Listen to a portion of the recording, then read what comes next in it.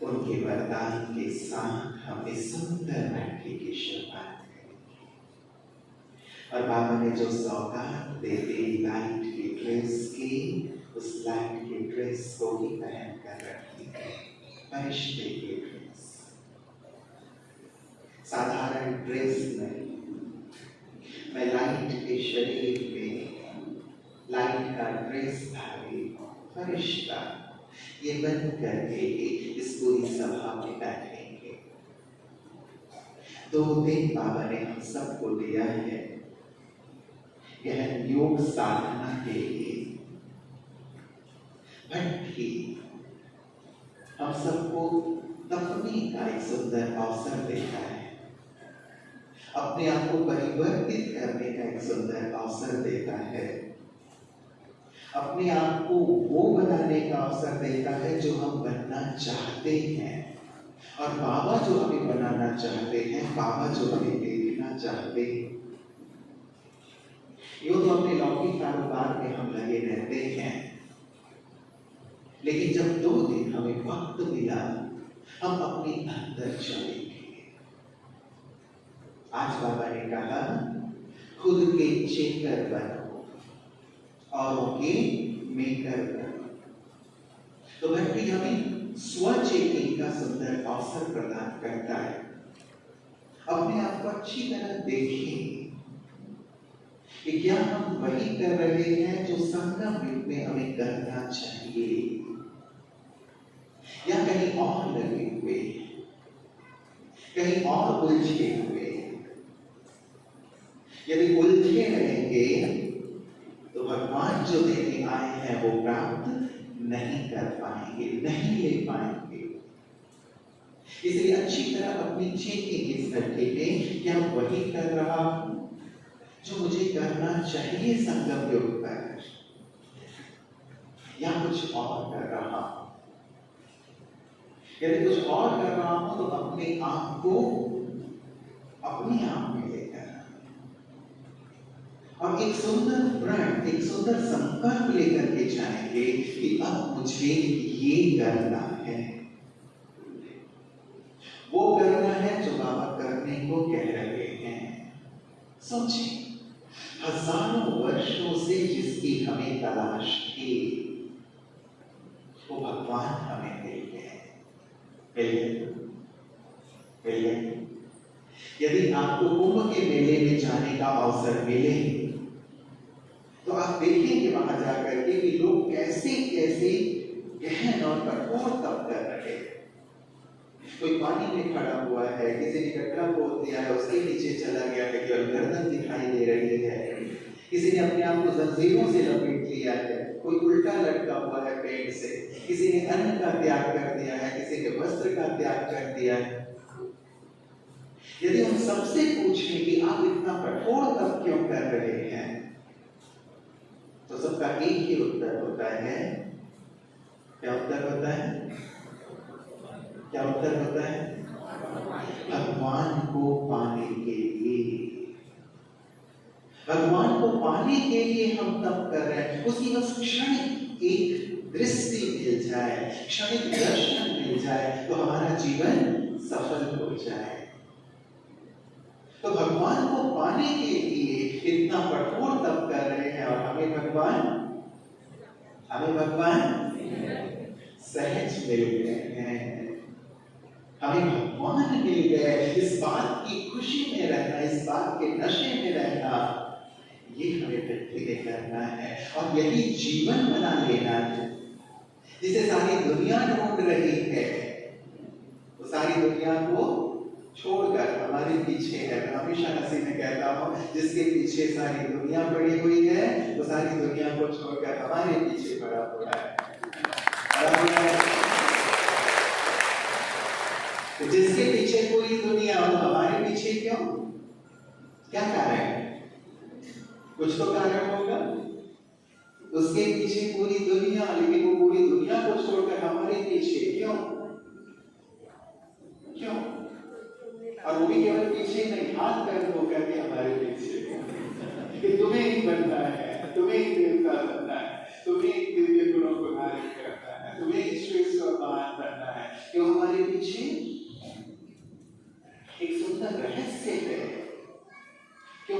हम सभी कल्प वृक्ष की जड़ हैं, कल्प वृक्ष के आधार हैं। और यदि वृक्ष को पानी देना हो, खाद देना हो, तो कहाँ देते हैं? जड़ में देते हैं। वृक्ष के टहनियों को और पत्तों को यदि आप पानी देंगे तो वृक्ष को नहीं मिलेगा, वृक्ष हरा भरा नहीं होगा। यदि वृक्ष को खाद और पानी देना है, वृक्ष को हरा भरा करना है, तो खाद पानी जड़ में देना होगा, तब जाकर वो सारे वृक्ष तक पहुंचेगा।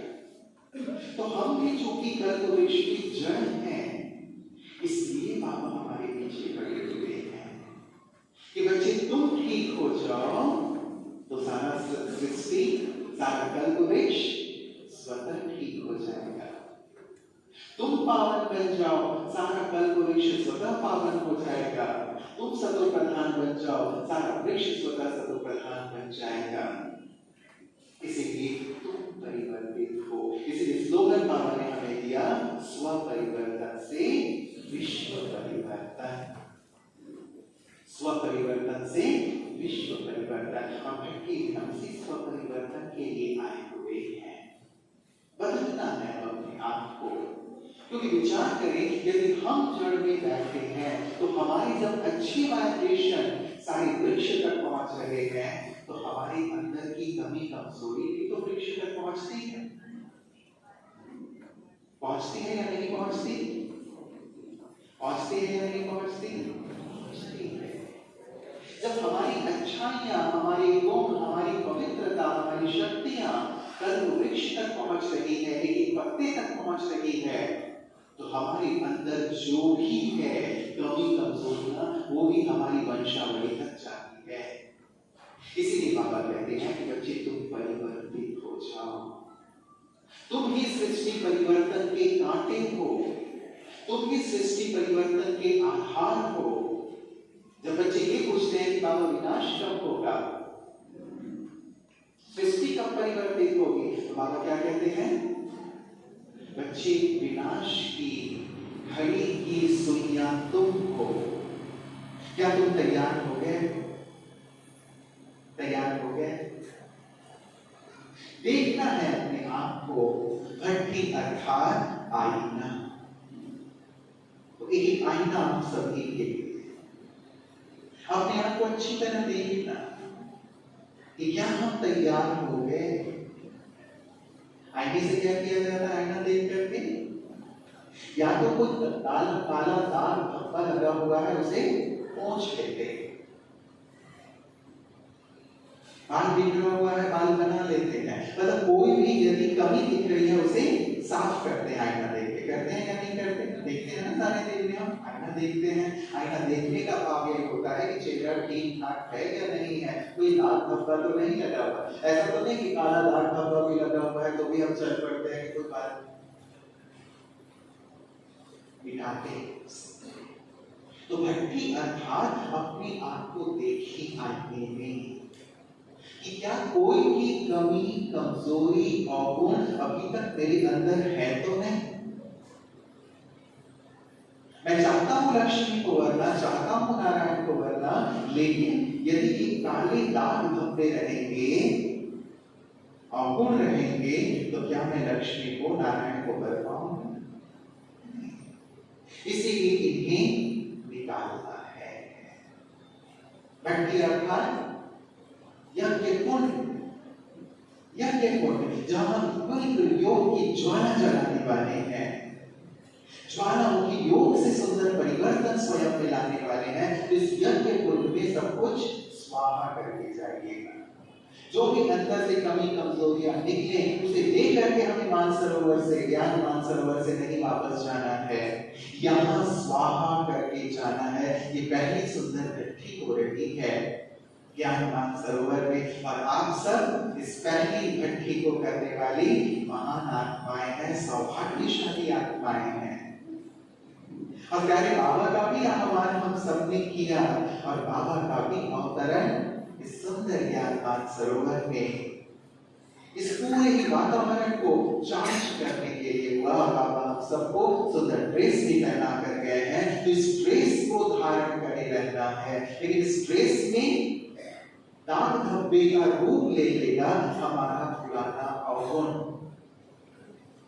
सफेद कपड़े में यदि थोड़ा सा भी दाग होता है तो वो दिखाई देता है। हमारे फरिश्ते की भी चमकीली ड्रेस में यदि पुरानी दुनिया के कोई संस्कार हमने अपने अंदर रखे होंगे और रखे होंगे तो वो काला दाग धब्बा लोगों को दिखाई देगा, हमारा फरिश्ता रूप, हमारा फरिश्ता ड्रेस नहीं दिखाई देगा। इसीलिए उन्हें कर सकते हैं अवगुण या अवगुण प्रिय है? अवगुण प्रिय तो नहीं है ना, बुराइयां प्रिय तो नहीं है ना। इसे अच्छी तरह देखेंगे और उन्हें स्वाहा करके जाएंगे। यज्ञ में स्वाहा स्वाहा स्वाहा करते हैं, हम भी यहाँ स्वाहा करके जाएंगे, लेकर के नहीं जाएंगे। और गुणों को स्वाहा करना, वो तीन जौ को स्वाहा करना तो आसान होता है, लेकिन यहाँ पूरी रियलाइजेशन के साथ, पूरी महसूसता के साथ अपने अवगुणों को अर्पित करेंगे। जब पहली बार भक्ति कराने के लिए मैं ज्ञान सरोवर से निकल रहा था 5 वर्ष पूर्व, तो हमारे यज्ञ का एक सुंदर नियम है, प्यारी सी परंपरा है कि जब कभी भी हम कहीं बाहर जाते हैं तो अपने बड़ों से छुट्टी लेकर के जाते हैं, बड़ों से छुट्टी लेकर के। आप भी जब कभी भी राजनांद गांव से या फिर जहां कहीं से भी आप लोग आए हैं, वहां की हमारी जो निमित्त धर्मी है उनसे छुट्टी लेकर के जाते हैं, ऐसे ही चले जाते हैं। कहीं भी जाओ, 1 दिन के लिए जाओ, 2 दिन के लिए जाओ, हफ्ते के लिए जाओ, क्या करें? यज्ञ का एक सुंदर नियम, इस ईश्वरीय परिवार की एक सुंदर धारणा और नियम है कि हम अपने बड़ों से, विभिन्न आत्माओं से छुट्टी लेकर जाएं। क्यों छुट्टी लेकर जाएं? क्यों छुट्टी लेकर जाएं? क्योंकि जब हम छुट्टी लेकर जाते हैं, हम जैसे सफलता का वरदान लेकर जाते हैं। बाबा के घर से छुट्टी लेकर के जाना अर्थात सफलता का वरदान लेकर के जाना। तो जिस कार्य के लिए भी जा रहे हैं उस कार्य में आपको संपूर्ण सफलता प्राप्त होगी। मैं अपनी दादी के पास गया, मैंने कहा दादी आप भक्ति के लिए भेज रहे हैं, आपकी क्या प्रेरणा है, वहां जाकर के क्या करो? तो दादी नाश्ता कर रहे थे, उन्होंने नाश्ता करते करते देखा मेरी तरफ और कहा कि तुम जहां जा रहे हो वहां झाड़ू लेकर जाओ, झाड़ू लेकर जाओ। तो मेरी समझ में नहीं आया कि झाड़ू लेकर जाओ मतलब क्या, और ये भी लगा कि मैं झाड़ू को कैसे लेकर के जाऊंगा, अपनी अटैची में कैसे रखूंगा, कहाँ रखूंगा, कैसे लेकर के जाना होगा। और बहन ने झाड़ू क्यों मंगाया है? कोई अच्छी चीज मंगाते, मधुबन से तो लोग टोली मंगाते हैं, अच्छी चीज मंगाते हैं, बहन जी ने झाड़ू क्यों मंगाया है? मैं नहीं समझ रहा था। तो दादी ने प्यार से मुस्कुराते हुए कहा आध्यात्मिक झाड़ू लेकर जाओ, और जहां जा रहे हो वहां एक एक झाड़ू की सौगात सभी को देना। तो मधुबन की तरफ से, प्यारी दादी की तरफ से, बाबा की तरफ से आप सभी को एक एक आध्यात्मिक झाड़ू की सौगात।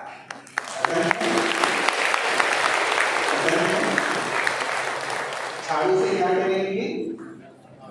झाड़ू से क्या करना होता है? सफाई करनी होती है। जैसे वो स्कूल झाड़ू से हम घर की सफाई करते हैं, कचरा निकालते हैं और बाहर फेंक देते हैं ताकि घर साफ सुथरा रहे, क्योंकि कहा जाता है cleanliness is next to godliness. जहां स्वच्छता है वहीं भगवान का वास होता है, जहां स्वच्छता है वहीं लक्ष्मी का वास होता है, और स्वच्छता ही लोगों को प्रिय है। स्वच्छ भारत अभियान ने हमारे प्रधानमंत्री महोदय ने पूरे देश में चलाया हुआ है, लेकिन उससे भी ज्यादा इंपॉर्टेंट है अंदर की स्वच्छता। तो जो झाड़ू आपको मिली सौगात में, उसे काम की नहीं रख देना है कि मधुबन से हमें ये सौगात मिली है। उस झाड़ू को अगले 2 दिनों तक आज और कल अच्छे से यूज करना है और अपने अंदर बहुत अच्छी तरह से सफाई करनी है। जो भी कचरा निकले, कमी कमजोरियों का कचरा, अवगुणों का कचरा, जो हमारे काम की नहीं है। कचरा काम का होता है क्या? काम का होता है नहीं, वो फेंकने के लिए ही होता है। इसलिए अच्छे से अपने अंदर सफाई करना, और जो कचरा निकलेगा उसे मुझे दीजिएगा। मैं यहाँ आया हूँ राजनांदगांव, तो आप मुझे सौगात तो देंगे ना? सौगात देंगे? कौन कौन सौगात देगा जरा हाथ उठाएं। जो मुझे सौगात देंगे, सौगात देंगे, बहुत सुंदर। कौन सी सौगात देंगे? कौन सी सौगात देंगे? स्कूल सौगात नहीं, कोई ड्रेस, कोई चादर, कोई टॉवेल, कोई बर्तन, कुछ पैसे नहीं, ये सारे सौगात नहीं।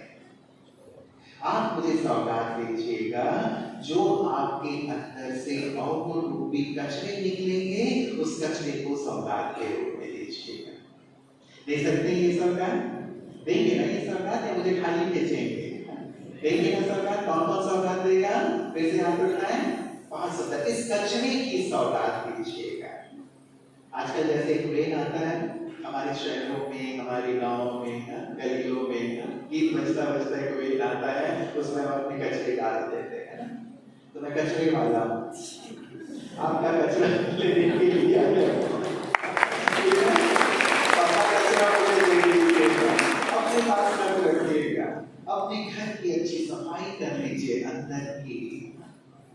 और हम अपना कचरा तो निकालते हैं, लेकिन दूसरे का कचरा कई बार अपने अंदर रख लेते हैं।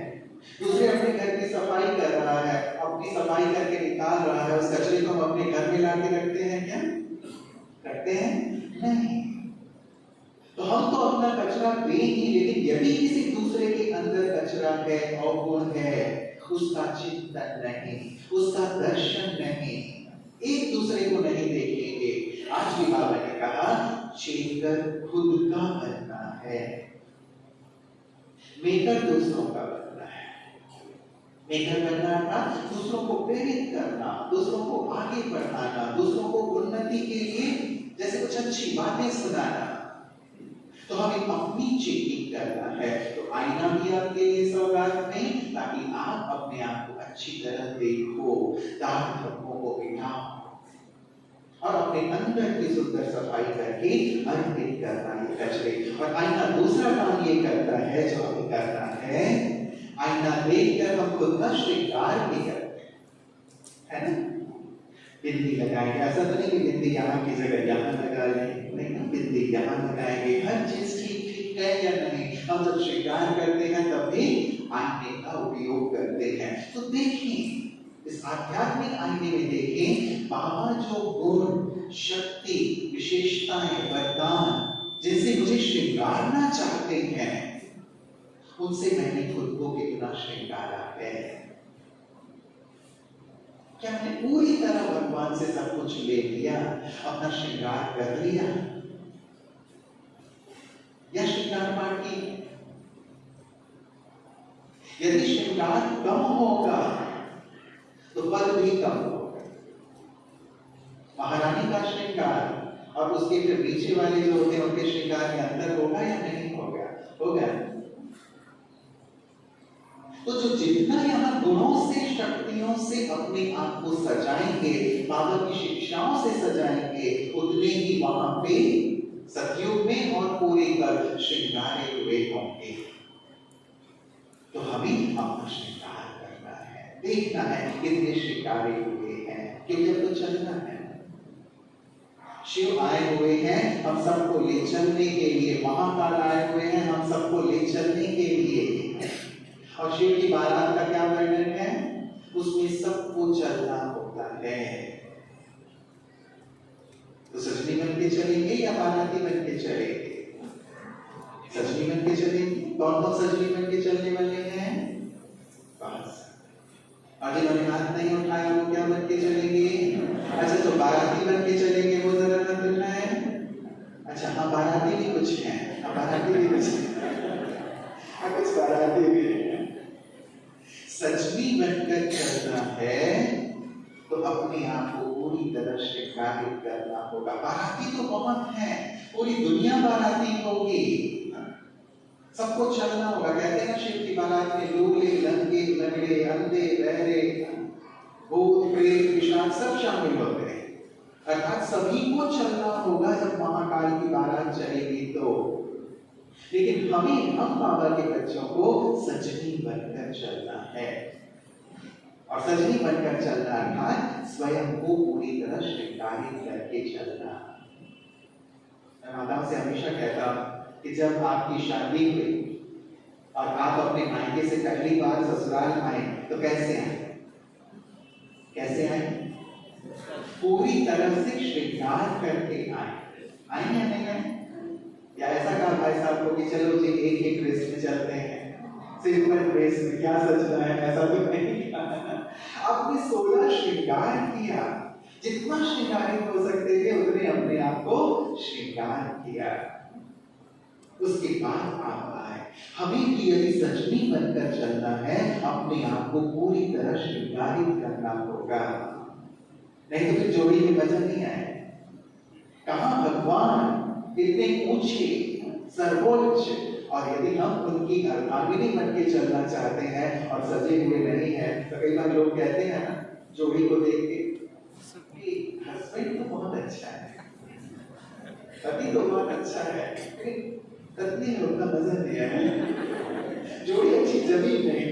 कहते हैं ना पति तो बहुत हैंडसम है, बहुत अच्छा है, लेकिन पत्नी इतनी अच्छी नहीं है। कहते हैं तो जोड़ी बराबर होनी चाहिए। शिव शक्ति कहा गया है, तो जैसा शिव वैसी शक्ति, और ये तब होगा जब हम अपने आप को बहुत अच्छी तरह से श्रृंगारित करेंगे। इसीलिए कहा इस भट्टी को यादगार भट्टी बनाना है हमें।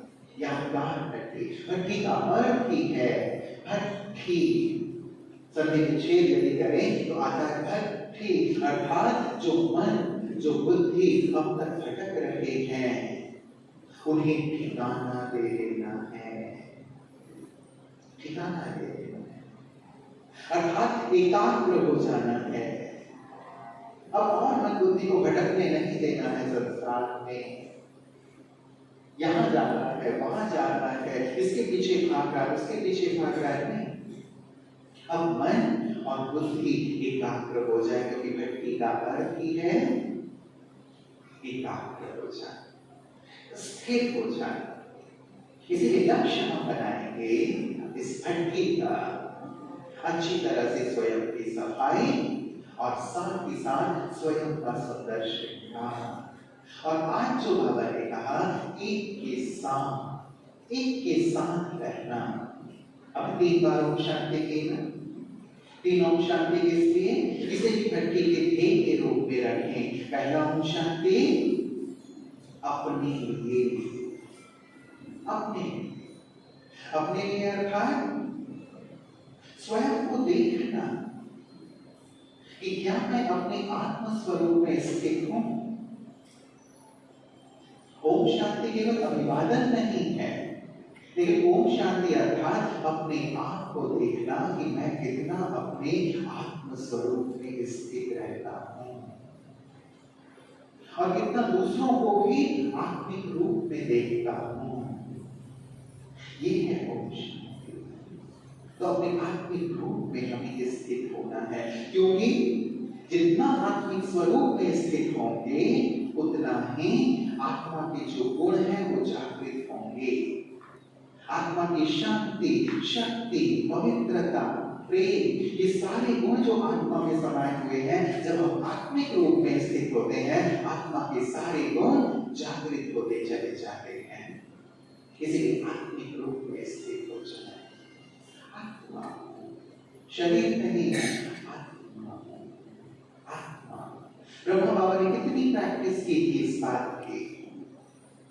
मैं भी आत्मा, यशोदा की आत्मा, नारायण की आत्मा, ये भी आत्मा, ये भी आत्मा, धुन लगा दी थी ब्रह्मा बाबा ने इसकी, क्योंकि यही आध्यात्म की पहली सीढ़ी है। यदि हम शिखर की ओर चलना चाहते हैं तो अपनी आत्मिक भाव को, इस आत्मा के पाठ को कूट कर पक्का कर ले। मैं आत्मा हूं, आत्मा हूं, आत्मा हूं, आत्मा हूं। यही से सारी शुरुआत होती है।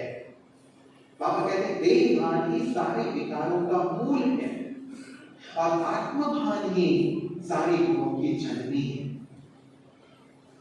इसलिए हम इस पाठ को बहुत पक्का करके जाए। यहां से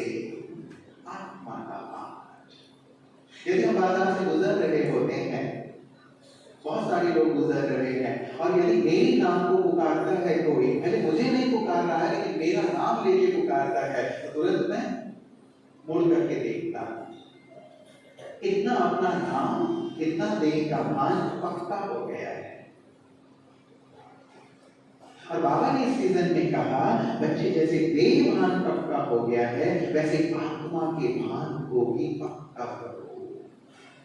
अब देही अभिमानी स्थिति तुम्हारी पक्की हो जानी चाहिए। आत्मा हूं मैं, आत्मा ही देख रही हूँ, आत्मा ही सुन रही हूँ, आत्मा ही बोल रही हूँ, आत्मा ही कर्म कर रही हूँ, और ये सब मेरे आत्मिक भाई हैं।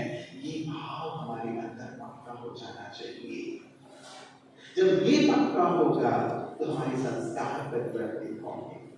जब ये पक्का हो जाएगा, हमारी आत्मा के गुण जागृत होते चले जाएंगे, और इन्हीं गुणों की तो सारे संसार को जरूरत है।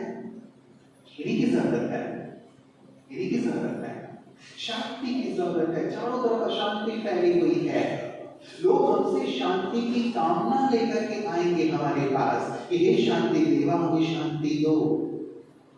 अब चेक करें, क्या हमारे पास इतना शांति का भंडार है कि हम शांति दे सके दूसरों को, या अशांत वातावरण में जाएंगे और हम खुद ही अशांत हो जाएंगे। इतना सुख हमने अपने अंदर भरा है, सुख के भंडार बने हैं कि हम दूसरों को भी सुख दे सकें। कोई दुखी हमारे पास आए और हम सुख दे सकें, इतना भंडार हमने भरा हुआ है। या हम एक दुख के माहौल में जाएंगे जहां पे किसी ने देह छोड़ दिया है, और दूसरों के दुख में हम भी दुखी होकर के रोने लगेंगे, ऐसी स्थिति हो जाएगी। देखिए, सारे संसार को हमारे पास आना है। एक एक बाबा के बच्चे इष्ट देव इष्ट देवी हैं। एक एक भगवान के बच्चे मास्टर भगवान हैं। और आने वाले समय में सभी आत्माएं हमारे दर पर आएंगी हमसे लेने के लिए। देखिए क्या भरपूर है, शांति का इतना भंडार भर गया है, सुख का इतना भंडार भरा हुआ है, आनंद का इतना भंडार भरा है, पवित्रता का इतना भंडार भरा है कि हम दे सकें। यदि नहीं देंगे तो फिर इष्ट देव देवी का कैसा गायन होगा हमारा। नहीं देंगे तो भगवान के बच्चे, दाता के बच्चे दाता के रूप में कैसे गायन होगा हमारा। गायन हुआ है, इसका अर्थ हमने दिया है, लेकिन देखेंगे क्या हमने भरा है। और इसीलिए अपने आत्मा के पाठ को पक्का कर लेना है। चाहे थोड़ी देर अपनी आत्मिक स्थिति में स्थित हो जाएंगे, जो हमारा सुंदर